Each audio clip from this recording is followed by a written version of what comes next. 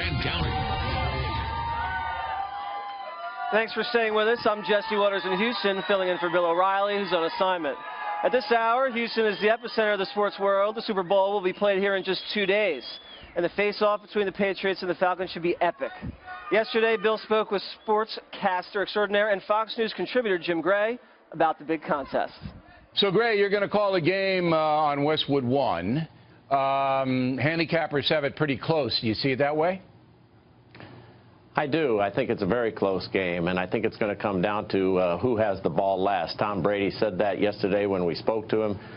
He believes that it'll turn out just like his past 6 Super Bowls, where the guy or the team that had the ball last basically won the game. All of those Super Bowls have come down to the waning seconds in the last play, and it's the #1 offense against the #1 defense, and when those teams have shot it out before in the Super Bowl, believe it or not, 6 times out of 7 when that's occurred, the #1 defense, which the Patriots are in this instance, have won.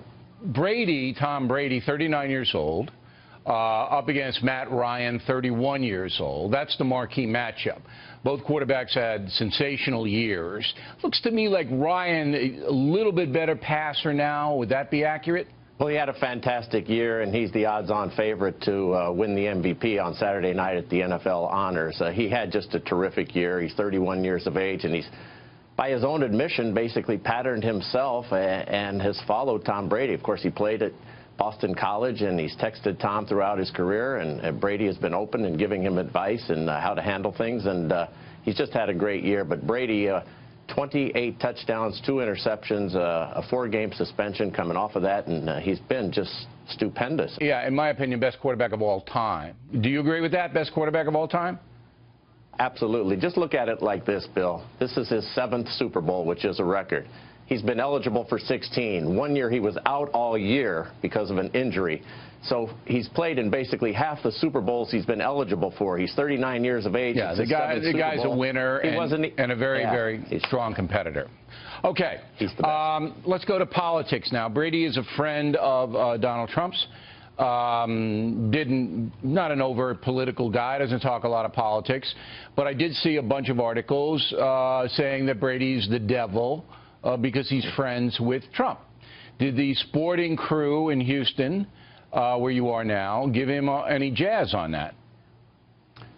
Well, there have been numerous articles that have been written. He's been asked about it during the week. He has basically deflected it all, saying that he's here for the football game and he's concentrating on the Falcons. He's also said that, you know, just because he is friends with somebody and happens to like somebody doesn't necessarily mean that he agrees with the opinions or the thoughts or everything that his friends are putting out, and that would apply to President Trump. But remember one thing, Donald Trump during the campaign went out after the National Football League in the way that they handled Deflategate, and he was very outspoken in the way that Brady was treated. So Tom's a loyal, honorable guy, and he is not going to give up on Donald Trump, particularly after he defended him and has known him for so long.